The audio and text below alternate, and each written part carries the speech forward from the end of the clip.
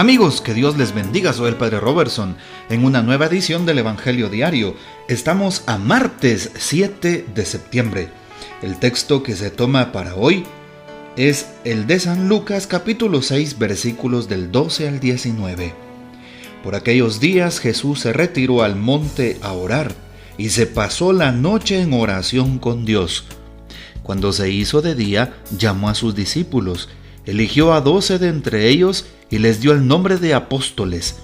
Eran Simón, a quien llamó Pedro, y su hermano Andrés, Santiago y Juan, Felipe y Bartolomé, Mateo y Tomás, Santiago el hijo de Alfeo y Simón llamado el fanático, Judas el hijo de Santiago y Judas Iscariote, que fue el traidor.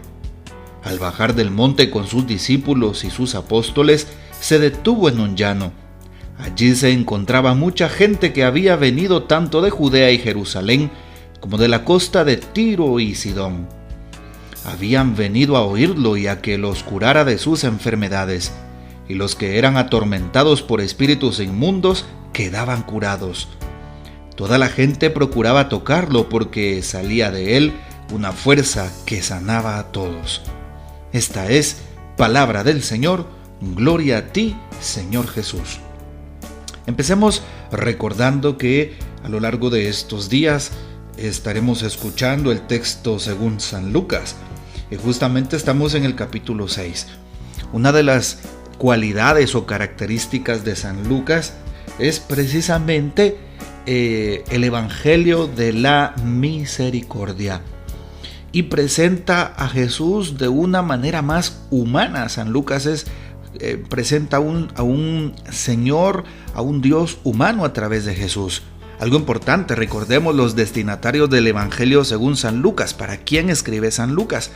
Desde los primeros siglos, y cuando uno se dedica a estudiar un poquito las Escrituras y a buscar en el Evangelio de San Lucas, se da cuenta que San Lucas escribe para los paganos que se están convirtiendo al cristianismo. Es un evangelio muy universal, por así decirlo.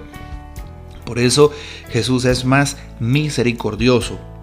De igual manera, San Lucas es el evangelista del camino. Siempre Jesús está en camino, camina con la gente, camina con el pueblo, va con sus apóstoles y va haciendo los signos de Dios y evangelizando, anunciando el reino en el camino.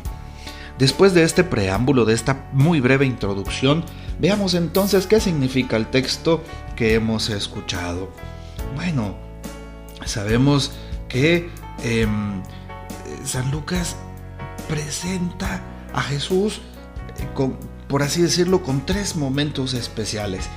Me gusta ver a Jesús con estos tres momentos especiales. Primero, se presenta un Jesús orante. Jesús está orando y dice que pasa orando en el monte toda la noche, en oración. Segundo, ¿qué es lo que hace Jesús?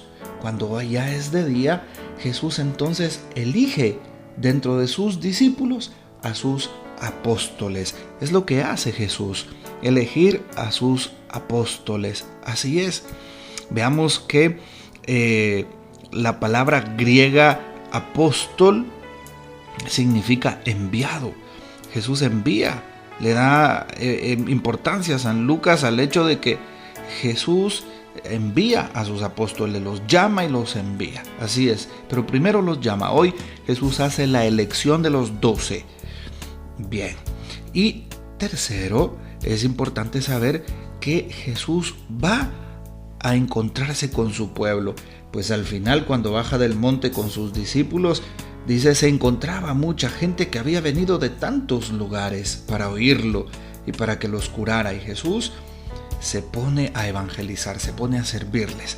Esas tres actitudes de Jesús hoy: la oración de Jesús, la elección de sus apóstoles, la elección de Jesús, la iniciativa del Señor, y tercero, Jesús en su trabajo misionero, apostólico y misericordioso con las personas. Primer punto entonces, hoy el texto nos dice que Jesús se retiró al monte a orar y pasó toda la noche en oración con Dios. Qué importante saber que Jesús es el maestro de la oración. Ojalá imitemos a Jesús también nosotros orando. Preguntémonos cuánto hacemos de oración diaria. Muchas personas dicen que no tienen fe y en realidad es que no tienen oración. Cuando un cristiano ora, realmente la fe viene por añadidura, la confianza en Dios.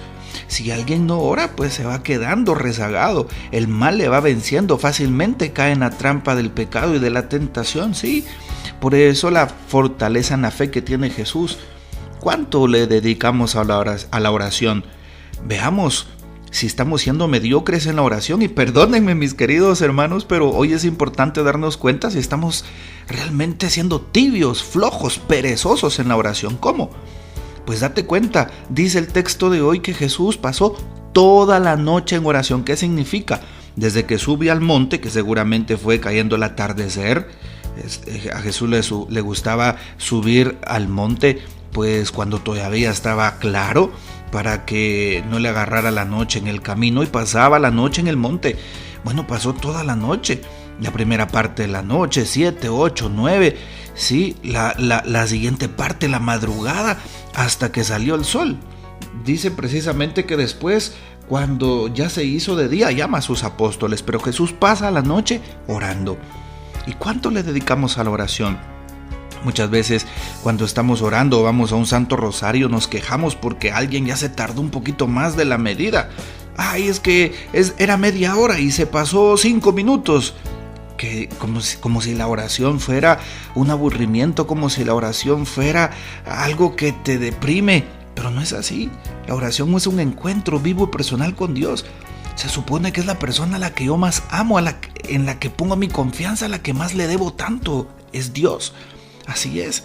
Por eso imitemos a los grandes santos y santas que han sido místicos, que en esa interrelación con Dios han pasado horas y horas. Veamos al santo cura de Ars, que se pasaba en el sagrario horas. Era el último en acostarse en el pueblo, 12 de la noche, 1 de la mañana, y el primero en estar despierto, 4 de la mañana, orando. Así es, oración profunda. Seamos hombres y mujeres de oración. Si queremos transformar el mundo, necesitamos transformar nuestra alma desde la oración. Dios nos escucha. Dios quiere personas santas, pero santas a través de la oración. No puede haber un cristiano de activismo y que proclame la misión de Dios allá afuera y que quiera cambiar el mundo si realmente no se preocupa por estar en comunicación con Dios. Entonces, ¿qué evangelio vamos a anunciar? Entonces, ¿qué mensaje vamos a ir a dar si no nos encontramos con aquel que es nuestra fortaleza, que es nuestro camino, verdad y vida? Bueno, empecemos por ahí. Segundo punto de hoy es precisamente el énfasis que pone el evangelio en la figura de Jesús que elige entre sus discípulos. Recordemos que eran muchos discípulos los que le seguían, cientos y me atrevo a decir que miles. De hecho, dentro de ellos elige a 12 hombres que son los de su total confianza, a los 12 más cercanos. Ya dijimos la palabra griega apostolein, que significa enviados. Así es. Jesús elige a sus obispos. Son los primeros obispos de la iglesia, los apóstoles. Sí, como se oye. En la comunidad apostólica Jesús deposita el compendio de nuestra fe, y desde los apóstoles hasta hoy se ha guardado esa fe hasta el Papa, los obispos, los sacerdotes, hasta el día de hoy, y la iglesia se mantiene por más de 2000 años. Si la iglesia no fuera algo divino, por mandato divino, si no la hubiera instituido Jesús, hace rato que se hubiera acabado, así como se oye. Veamos entonces cómo el Señor elige y tiene la disponibilidad de elegirnos. El Señor nos sigue eligiendo, toma la iniciativa. Jesús sigue tomando la iniciativa en tu vida. Te llama. ¿A qué te llama Jesús? ¿A qué me llama? Primero, me llama a cambiar de vida. Segundo, no me juzga, no juzga a aquellos hombres. Jesús los está llamando, son 12, un número que puede verse como simbólico de muchas cosas, sobre todo de las 12 tribus de Israel del Antiguo Testamento. ¿Qué querrá decir Jesús con estos 12, con ese dato curioso e interesante que nos remite a las 12 tribus de Israel? Pues que el nuevo Israel, que es decir, la iglesia, viene a sustituir y cumplir lo que se había empezado en el antiguo Israel. Y por eso la lista de los 12 aparece varias veces en el Evangelio. San Marcos 3:13, por ejemplo, también nos da la lista de los 12 apóstoles. San Mateo también nos da otra lista, que son los mismos nombres, con algunas diferencias de orden nada más. Pero qué interesa subrayar, los 12 son aquellos llamados por Dios, elegidos por Dios, como Dios te está eligiendo a ti. Y saben algo muy importante y que realmente nos debe de llenar el corazón. Aquellos hombres no son los más perfectos, no son las más grandes personalidades, tampoco son los que saben todo, los que tienen más grandes títulos y honores. No, Jesús elige a aquellos que tienen debilidades. Jesús elige a aquellos hombres que sabe que tienen muchas veces un corazón difícil. Lo van a defraudar en más de una ocasión. Pedro lo niega 3 veces. Judas es un traidor. Los discípulos, los 11, los dejan solos. Solo San Juan lo acompaña junto con su madre, la Virgen María y María Magdalena hasta la cruz. Los demás se van. Sí. Pero precisamente Dios tiene un estilo particular de llamar. Va eligiendo para su obra a personas débiles. Siéntete tú una persona afortunada. Porque dice San Pablo, cuando soy débil soy fuerte. En la debilidad se muestra la fortaleza de Dios. Si alguna vez caíste, si alguna vez sientes que defraudaste a Dios, si alguna vez te sientes con la cola machucada porque tienes un pasado, pasa tu corazón tranquilo, Dios te llama. Así es, el Señor te está eligiendo de nuevo y te está haciendo digno del reino. Te está pidiendo un servicio para su iglesia, para su comunidad, no esperes más. Te está convocando de nuevo para que seas un buen padre, una buena madre de familia, un buen esposo, una buena esposa, un buen hijo, para que vayas y des testimonio en tu iglesia, en tu parroquia, en tu comunidad. Así que no tengas miedo, síguete ofreciendo a Dios. Y finalmente Jesús está con aquellas personas que son de la comunidad. Jesús va a la comunidad. Así es, nosotros no somos llamados para salvarnos de manera individual, nada más, individualista. No, Jesús nos llama para estar en una comunidad. Así es, la comunidad de Jesús es apostólica y está cimentada en la piedra angular que es el Señor, que es Cristo Jesús, bien lo sabemos, ¿verdad? Pero los fundamentos son las rocas de los apóstoles. Él mismo los elige como el núcleo inicial de su iglesia. Así es. Por eso todos los bautizados formamos la comunidad, el cuerpo de Cristo, que es la cabeza. Él es el pastor, la luz, el maestro.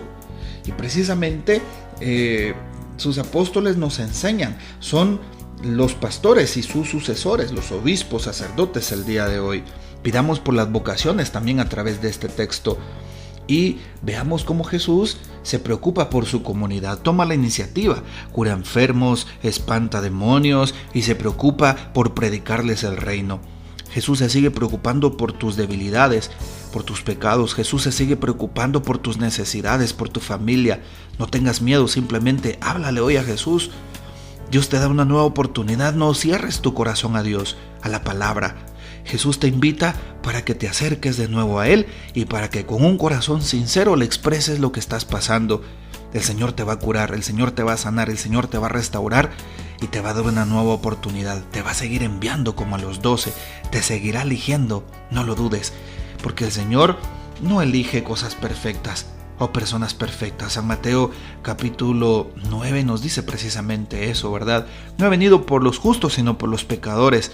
No he venido por los que están sanos, sino por los enfermos. Aquí estoy, Señor, para hacer tu voluntad. Dile eso al Señor. Que Jesús, nuestro Señor, nos bendiga, nuestra Madre Santísima nos guarde y gozamos de la fiel custodia de San José. Hasta mañana.